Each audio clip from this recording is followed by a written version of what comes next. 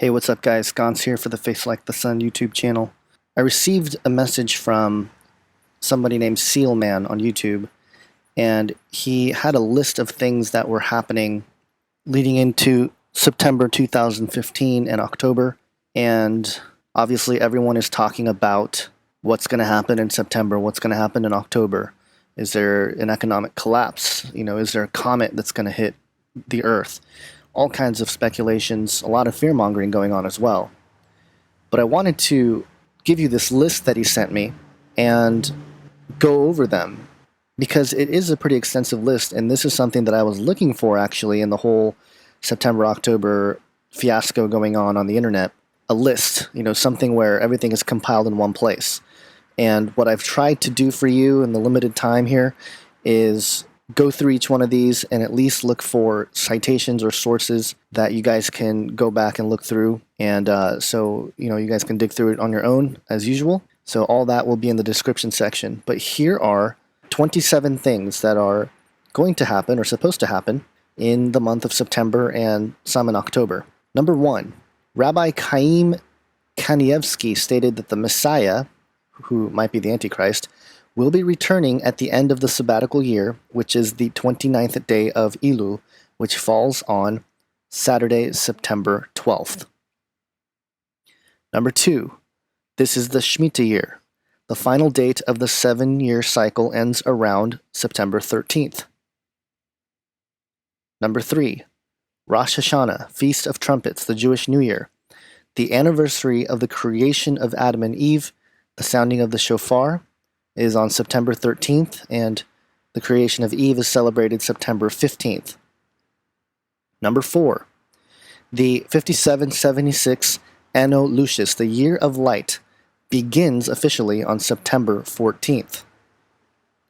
Number 5, the UN resolution for Palestine to become a state will go into effect on September 15th. Number 6, Jade Helm 15, which began on July 15th, publicly ends on September 15th. Number 7, the International Day of Peace happens on September 21st. And he put in parentheses peace and safety, and that's a reference to 1 Thessalonians 5:3, where it talks about how people will be saying peace and safety, then sudden destruction cometh upon them. And as a side note, the Day of Atonement begins just hours after the International Day of Peace, which completes on September 21st. So he is saying, is that the sudden destruction that the Bible talks about? Number 8, the year of Jubilees, the 70th year of Jubilees, begins September 23rd. And here's a chart looking at all of the Jubilee years. Number 9, the Islamic Mecca Pilgrimmage, Hajj, the Day of Arafat, representing standing of the Day of Resurrection, waiting for judgment and the gates of heaven to open, is between September 22nd and 23rd. Number 10, Eid ul-Adha, the Feast of Sacrifice, the Muslim time of sacrifice, is September 23rd through 26th. And as a side note, he put in 2016, the Muslim Feast of Sacrifice, the Eve, falls on September 11th. And number 11, and this one's interesting because I saw this on another post and I saw several people talking about this. June 7th, 1967 falls in the Hebrew year 5727. Adding 49 prophetic years to this date, we arrive in the Hebrew year 5776, which is 2015 on the Gregorian calendar. If one counts exactly 49, that's 360 days, prophetic years, that's 17,640 days. From the June 7th, 1967 date of Jerusalem's recapture, we arrive at September 23rd, 2015, the Day of Atonement, Yom Kippur. Note, the Day of Atonement is on the 266th day of 2015. 266 days is the earliest a woman's pregnancy is considered full term. Very interesting, and I know this has all the references to the birth pangs that Jesus talks about in Matthew 24. Number 12. The Mayan cycle was 5,126 years, from September 11th, 2001 to September 23rd, 2015, there are 5,126 days. So, interesting there. Number 13, CERN in Switzerland, firing at full power, crossing over, opening portals September 23rd through 24th. Now I want to pause there on number 13 because I wanted to go back and double check what the schedule was for CERN. And what I found interesting is that I couldn't get back to that calendar PDF. It requires a login and you need to use credentials. And this is interesting because originally the Anthony Patch website had a link to this PDF and now it's locked out, which is very fascinating considering all the things surrounding Anthony Patch's recent going underground in terms of talking about CERN.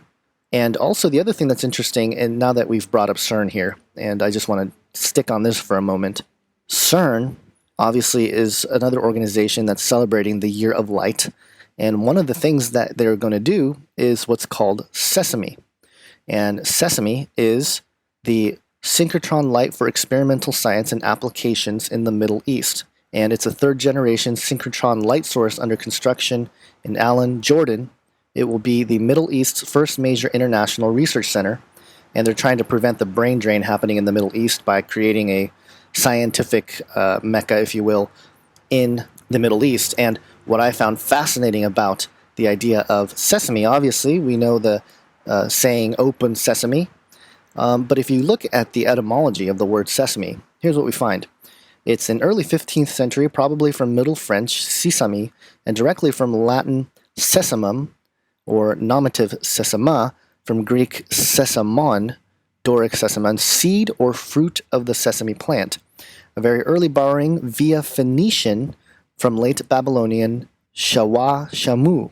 And if you compare it to Assyrian, it literally means oil seed. First, as a magic password in 1785, translated of Galen's Mil et Uninuits, where it opens the door of the thieves' den in Ali Baba and the 40 Thieves. Very interesting, and that's why the phrase open sesame, which became current about 1826. So, again, strange coincidences, right? Right. To opening up of some sort of portal and some sort of magical workings to surround all that concerning CERN. Moving on here, though. Number 14, Madonna concert, Washington, D.C., and the opening theme is the desecration of the bride and arrival of fallen angels. And this list says September 23rd. I couldn't verify that. I did, however, see that Madonna is scheduled to play Washington, D.C. on September 12th. So the date is off there, but nevertheless, it's still September. And interestingly, the tour goes to Philadelphia on the 24th and Boston on the 26th. It seems like she's hitting some of those areas on the East Coast right before the Pope gets there, which leads us to the next few things here he listed.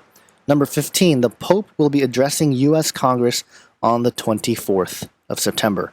And this is the first time in world history that this is going to happen. Number 16, the Pope will address the UN General Assembly of World Leaders, the Sustainable Development. This is the announcement of the unification of the world's laws, the environment, religion, and distribution of wealth. And he will also be issuing an encyclical on September 25th. And then number 17, the Pope will be holding Mass at Madison Square Garden in New York City at 6 p.m. on September 25th. And just to touch back, Madonna is playing Madison Square Garden on September 16th and 17th, about 10 days or 8 days before the Pope is going to do his Mass.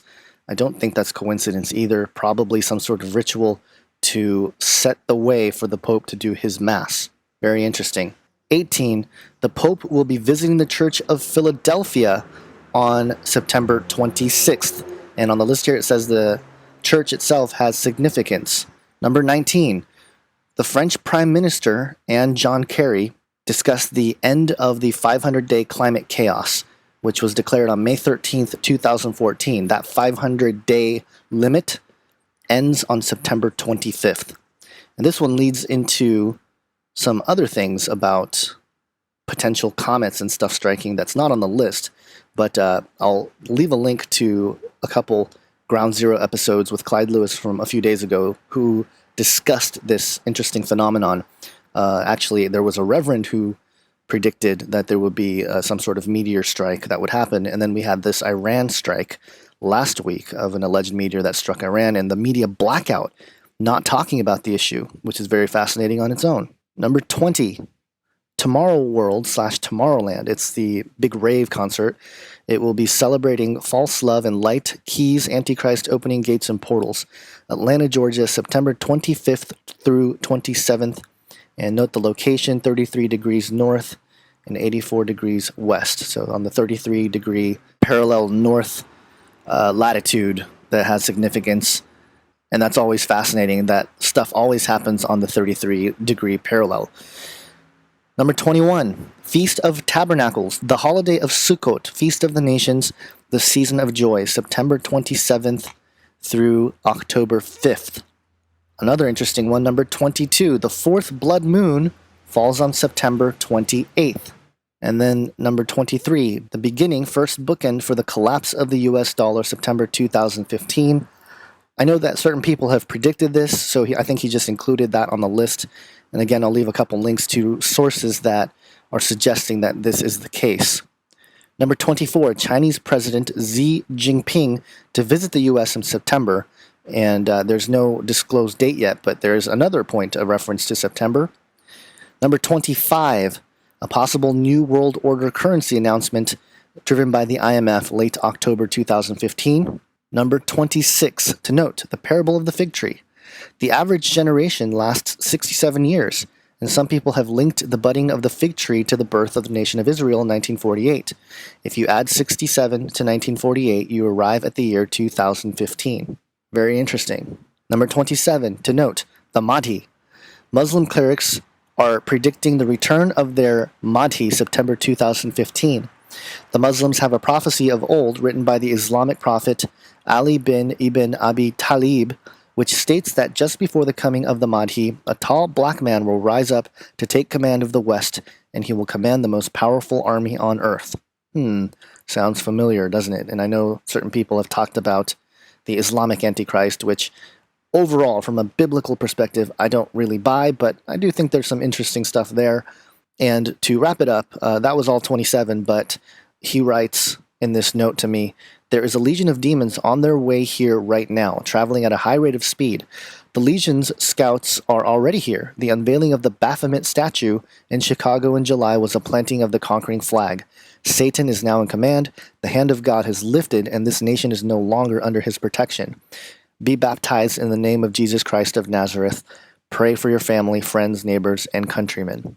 So that's the note I received. And again, I'll leave links to each one of these things so you guys can do your own digging. But let me just briefly comment on all of this, because a lot of people have asked me what my thoughts are with September. I do think there are some interesting things to consider here. And obviously, there are a lot of things lining up to happen here. Could it be the official announcement of the New World Order? Could it be the official collapse of the dollar? The Chinese prime minister coming over to America? Could that be that beginning of the exchange for a global currency that the IMF is discussing? It's all possible, and we'll just have to wait and see. But my whole thing has always been to prepare spiritually. Yes, prepare physically to a certain extent. Get your bug out bags, be prepared to live off grid, whatever. But make sure that you're spiritually prepared, most importantly. And that means putting on the full armor of God daily. That means reading the Word and being alert and aware, being a watchman, because things are obviously happening and a lot of changes are happening. And based on the conversation that I actually got to have with Mark Flynn, who's the late David Flynn's brother, last night for Canary Cry Radio, and that will post in a few days, he was saying how the illumined ones have a clock. They understand that there's a clock, and they've been building up towards something, which is the arrival of their Messiah. And he believes that it's going to be so miraculous looking that a lot of people are going to fall for it. It's going to be literally, he believes, what will appear to be a man come down from heaven.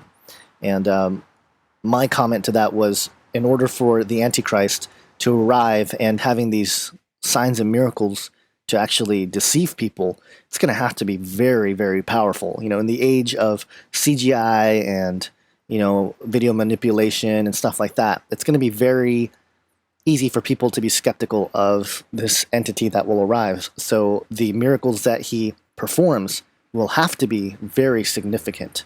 So that was my response to him.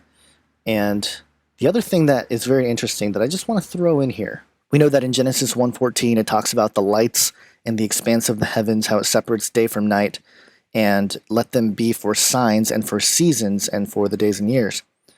Well, if you go to Revelation 12:1, a great sign appeared in heaven, a woman clothed with the sun and a crown of 12 stars over her head. If we go to Stellarium, and actually Rob Skiebel was the one who showed me this a couple years ago, and I don't recall if he showed me the actual future date, but he definitely showed me what he believes was the birth of Jesus. And if you go to Stellarium, and which is the constellation and moving stars, planets, it has all that stuff in this program.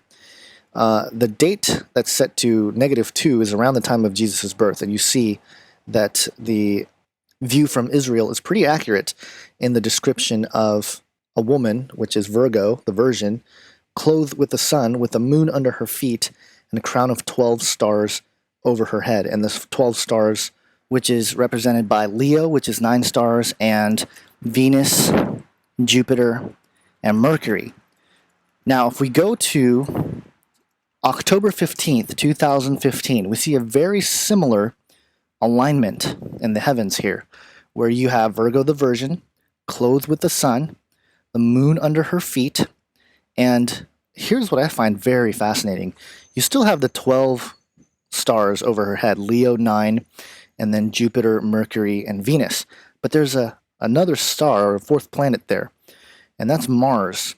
And we know that if you've looked at the planet of Mars and its connection to the ancient Canaanite worship of Mars, Sidonia, then we have a rabbit hole that goes into all kinds of stuff with the connection to a red dragon that's chasing. And so I'm not saying that there is significance to this for sure, but I do want to point it out because it is very, very interesting. And while I did mention a couple videos ago about how we don't know exactly when things will go down and what time frame, which is still true, I believe, I will say that these things that I listed here today from Sealman is very fascinating, very interesting, and at the very least it should put us on high alert. And again, the most important thing is to prepare spiritually, prepare for the battle here, because we wrestle not against flesh and blood, but against principalities, powers, and dark forces in the heavenly realm. So that's about it for this video. Hopefully it gets you guys thinking. Plenty of links going out to do your own research on this stuff. I know a lot of you have already done a lot of research. If you have something to add to the conversation, which I know everybody does, go ahead and leave a comment and leave links and different things that you have found in your search concerning the September fiasco. So there you have it. Have an awesome day, guys. God bless.